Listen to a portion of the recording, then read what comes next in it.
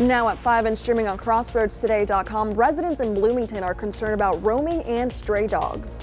Also, we have an update on that airport worker who died on the job in San Antonio. Plus, the heat in Texas continues to intensify. Yes, we've been talking about that heat. There's a little bit of hope for next week.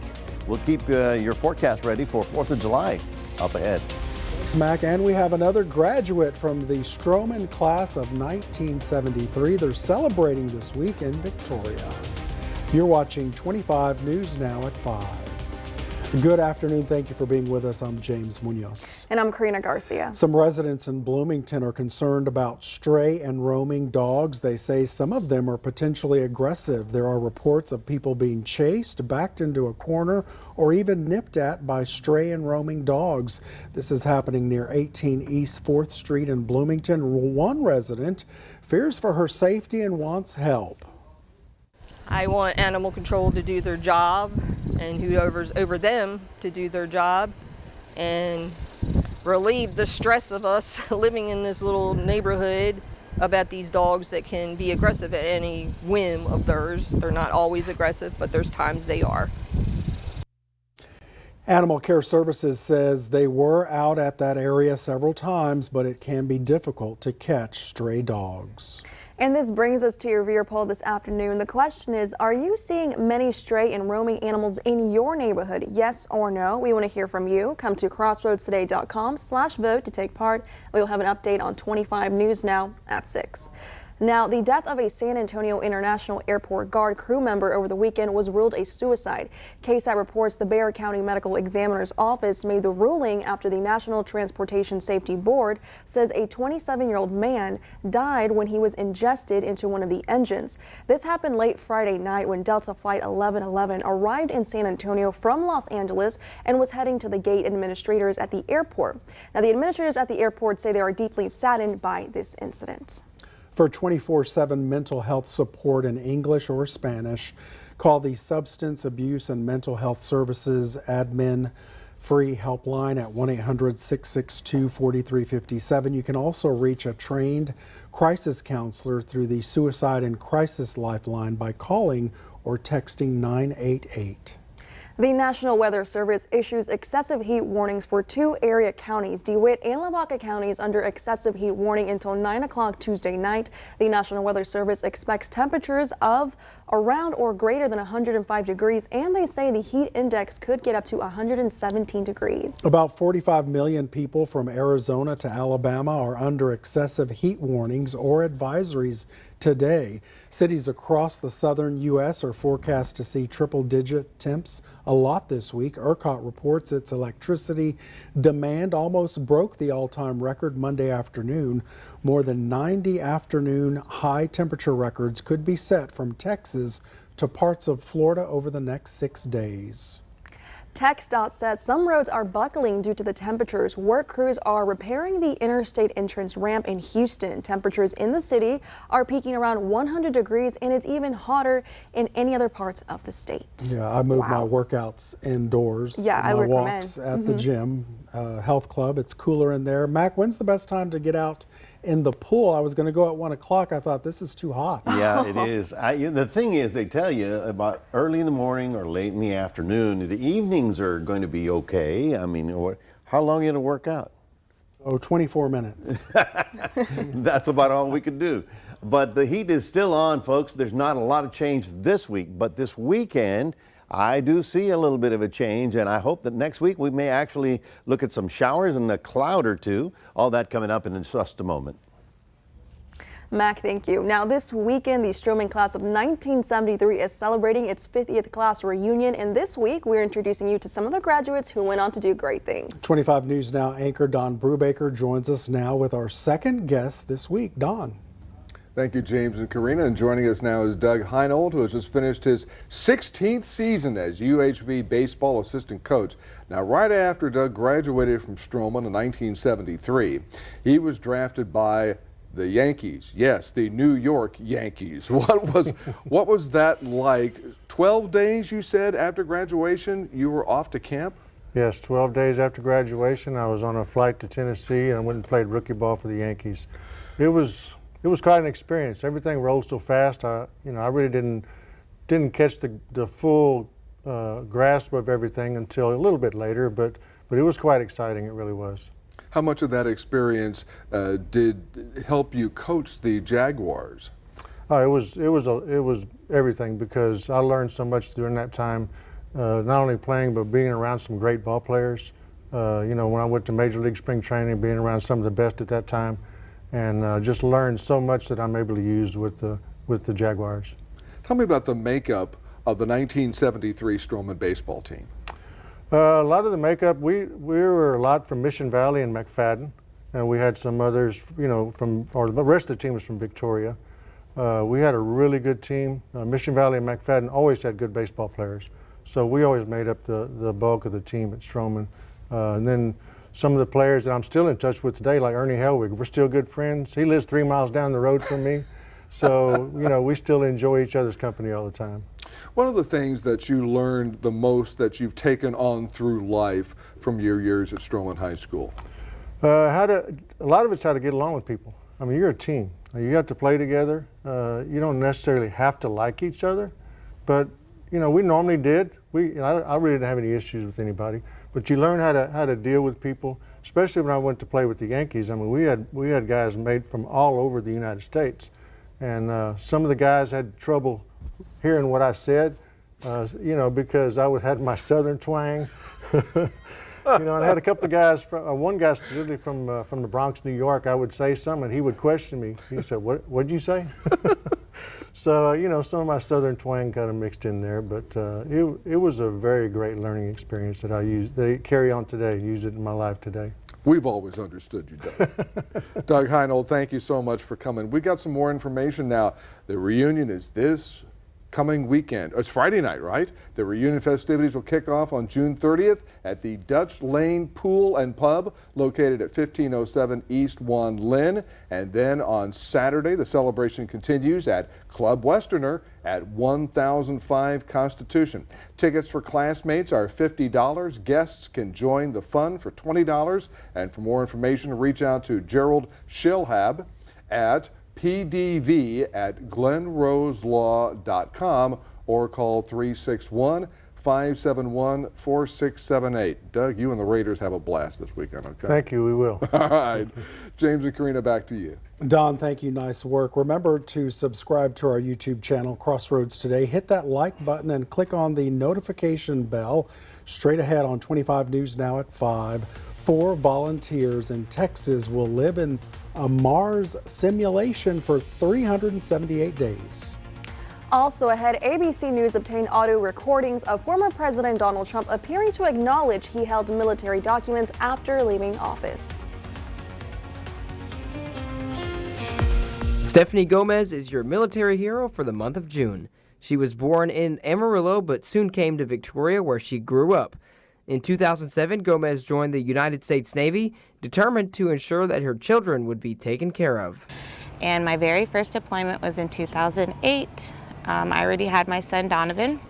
He was 3 years old the day I graduated boot camp.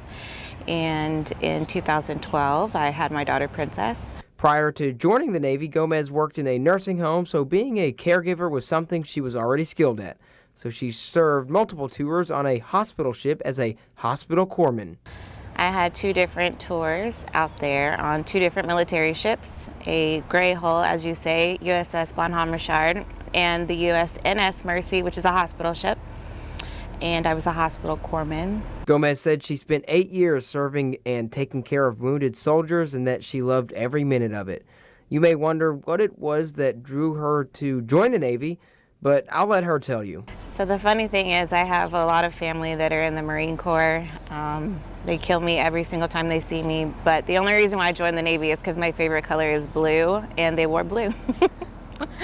Being a hospital corpsman in the Navy, Gomez would take care of a large fleet. When I first got in, I was stationed at a hospital, and then I went my first deployment on a ship, which was a hospital ship, a floating hospital. And my second tour was on a gray hull, which is a pretty big ship, like a regular ship that you see out there, not like a cargo ship, but just a regular gray hull. And we took care of 3,000 people on board that ship. One mission that sticks out to her was a humanitarian mission where they would provide free care for those who otherwise would be unable to afford it. They went and took care of kids that had cleft palates and fixed their smile so that they could smile, and just giving that care to people who could not afford it, who would never be able to see it ever. We were able to give that to them. And then another time is just being able to be in helicopters. As I got into the military, I trained to be a hospital corpsman, which is in the medical field. You take care of people. But my very first deployment, I was actually learning the ins and outs of a helicopter and flying with the pilots every day, all day. Oh, wow. So you can fly a helicopter, too. You can safe flies and fly helicopters. Yes. That's awesome. Gomez is happy she made the decision to join the Navy, with her own daughter wanting to follow right in her mom's footsteps. I'm glad I did, because now I have two kids that absolutely adore me, that I went to the military. My daughter, Princess, wants to join the Navy one day, and they get to go to school for free now because I was in, I did my time. My work ethic comes from my mom and my dad, and I love my brothers and I love my kiddos. And for hobbies, you can catch her at the lake reeling in the big ones. Do you have any hobbies, or what do you like to do for fun, or anything about you? Me? There's nothing about me. It's all about my kids, period. I like to go fishing, that's about it. I drag my daughter along with me. June 12th is Women's Veterans Recognition Day, and with only about 18% of the military being made up of women, Gomez stands with her fellow women soldiers.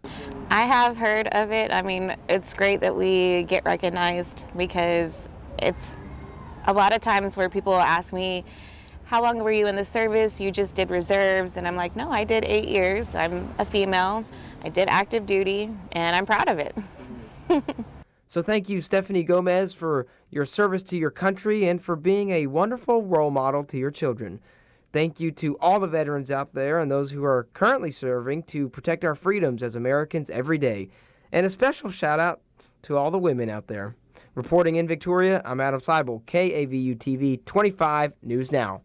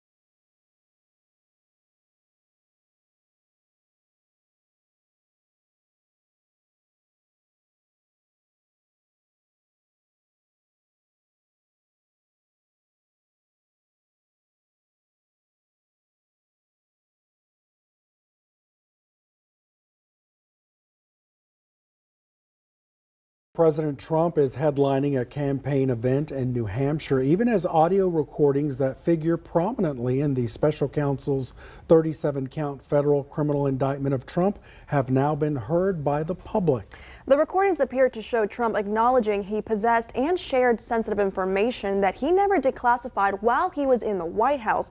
This as Trump continues to insist he did nothing wrong. Former President Donald Trump, the 2024 frontrunner for the Republican nomination, denouncing the release of key audio recordings allegedly taped in July 2021 and now obtained by ABC News. The audio appears to show Trump boasting that he had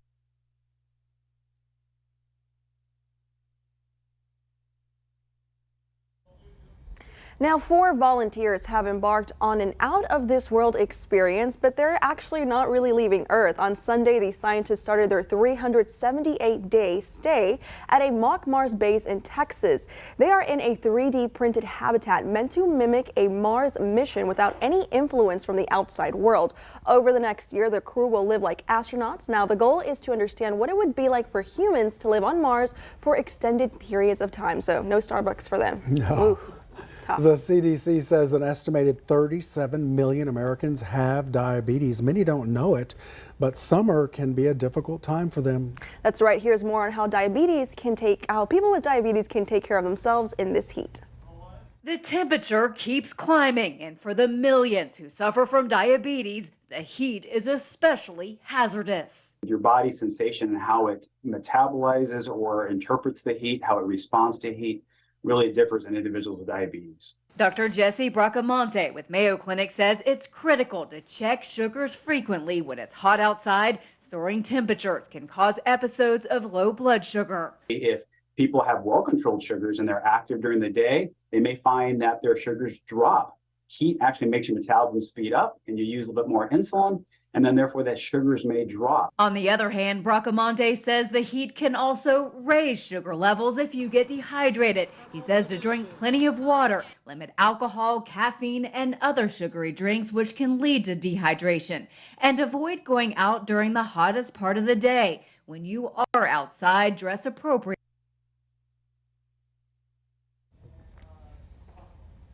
And now let's go to Mac for weather. Thank you very much. Good afternoon, everybody. It's 97 degrees as the heat continues to grind us down.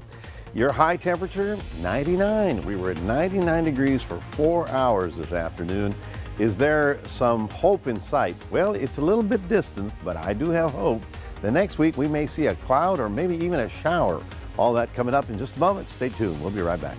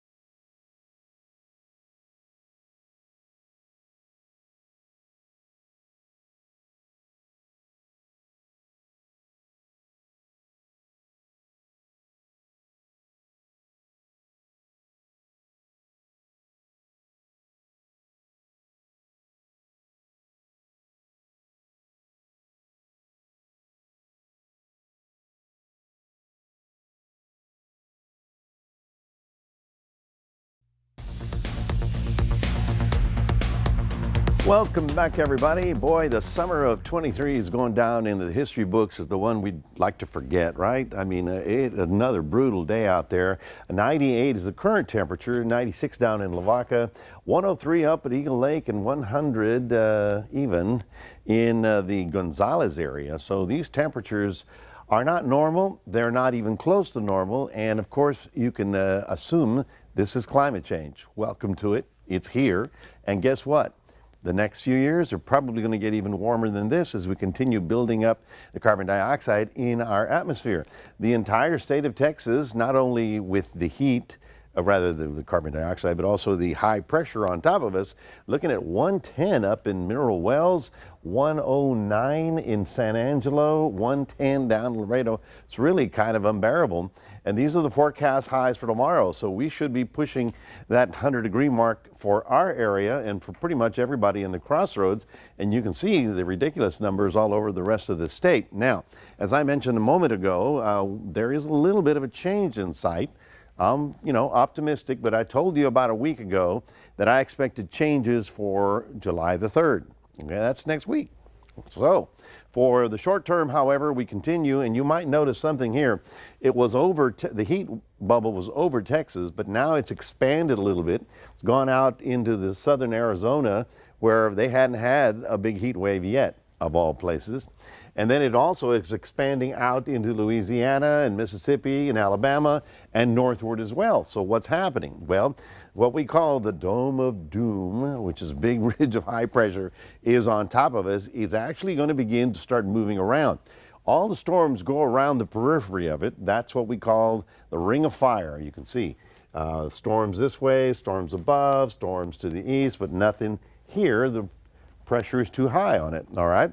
But when the center of this starts to move, we watch very carefully. And I'm looking at this and I'm looking at this, and I see the center of it sort of move over to Louisiana, and that's good stuff because that's through Thursday. If it continues on that progression, and that's what the models are telling us, it'll be pretty much over Mississippi, and that's going to open the Gulf door for us and allow clouds to roll back in and maybe even a couple of showers around here for next week. Here you see the Lesser Antilles, or the what I like to call the itty bitty islands of the Caribbean, and that could have been the next storm, Don, D-O-N. But it didn't hold together, and so it's still raining, it's still kind of windy, but it's not at all a tropical system. What the remnants of Cindy are still sort of floating around out there, but that track of it will continue moving northbound. Now, something new that has been added is that on the Pacific side of the continent, we started with Adrian right about here. Now, Adrian is off the coast of Mexico, but these storms are really weird. If they do their merry track, no problem, but when they turn or get very close to the mainland, really makes a mess out of things in a matter of a day or two. They don't get much warning out of it. So for tomorrow in Port Lavaca, 82 the morning low, 94 the afternoon high. In Cuero, we're looking for 78 mornings, 99. Everyone else in the crossroads will be dealing with 100-degree temperatures. Couple more days. Then by the weekend, you start seeing more little puffy clouds. And then with a little luck, keep your fingers crossed that Monday, Tuesday, and Wednesday, we have a chance of a few little showers around the area. That's your 7-day forecast. We do have a QR code. We'd love for you to download that and put it on your phones. And now we'll toss it back to James and Karina. All right, Mac, thank you so much. We want to get back to that story involving former President Trump and the FBI documents.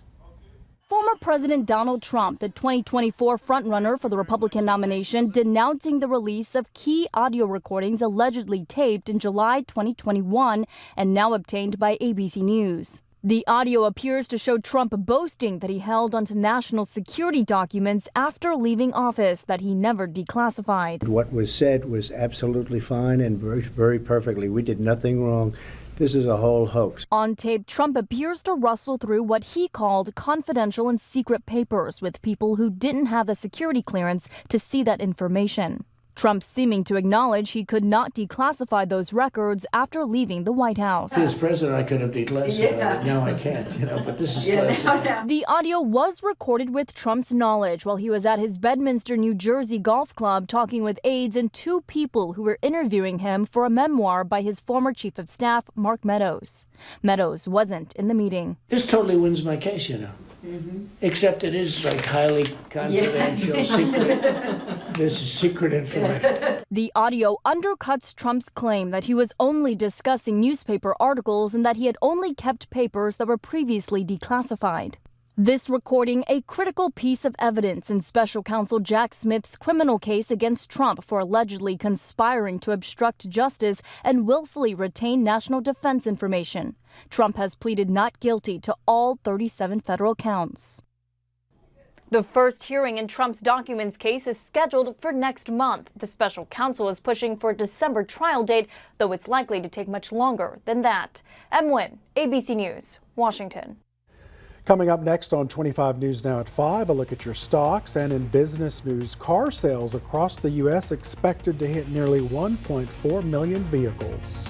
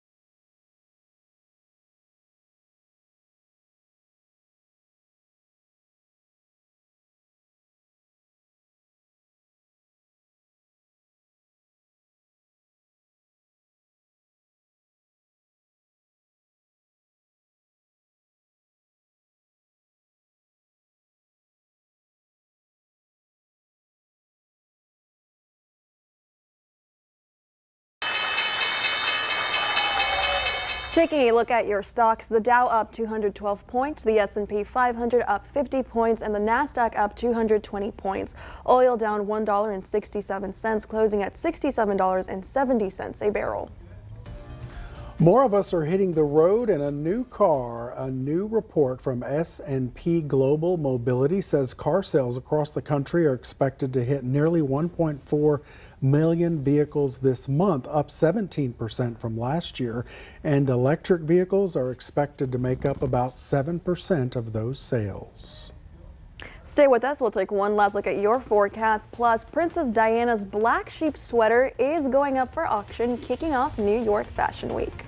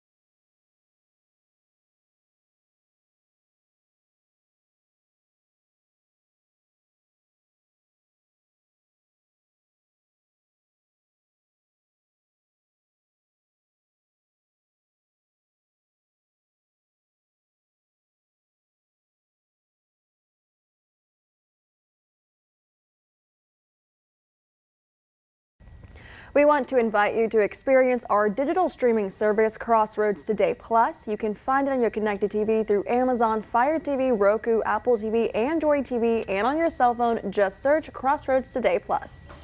People around the globe can soon bid on this famous piece of clothing once worn by the late Princess Diana. Diana first wore this so-called black sheep sweater when she was engaged to the now King Charles in 1981.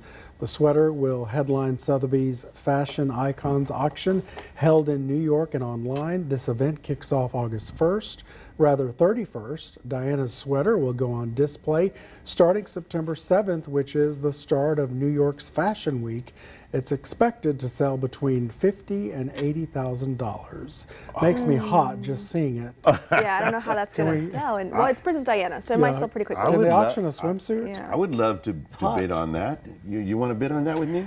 Bid on that? Half and half? No. Back these temperatures, I don't even want to wear a sweater. No, that's true. You know? But I don't think we'd wear it. We just put it up there and frame it. You Lady know? Diane would have been queen today. Yeah. Can you imagine? Just to flex that we have something like that. Exactly. Well, folks, there is no real change in the short term. We're going to be at or near 100 for the next couple of days. Today your high was 99. So whatever you're doing, got to keep doing it. Now for the weekend, which is going to be a long weekend, a lot of people taking off for the 4th of July, we are going to see a few more clouds in the sky. It'll look more like a regular summer.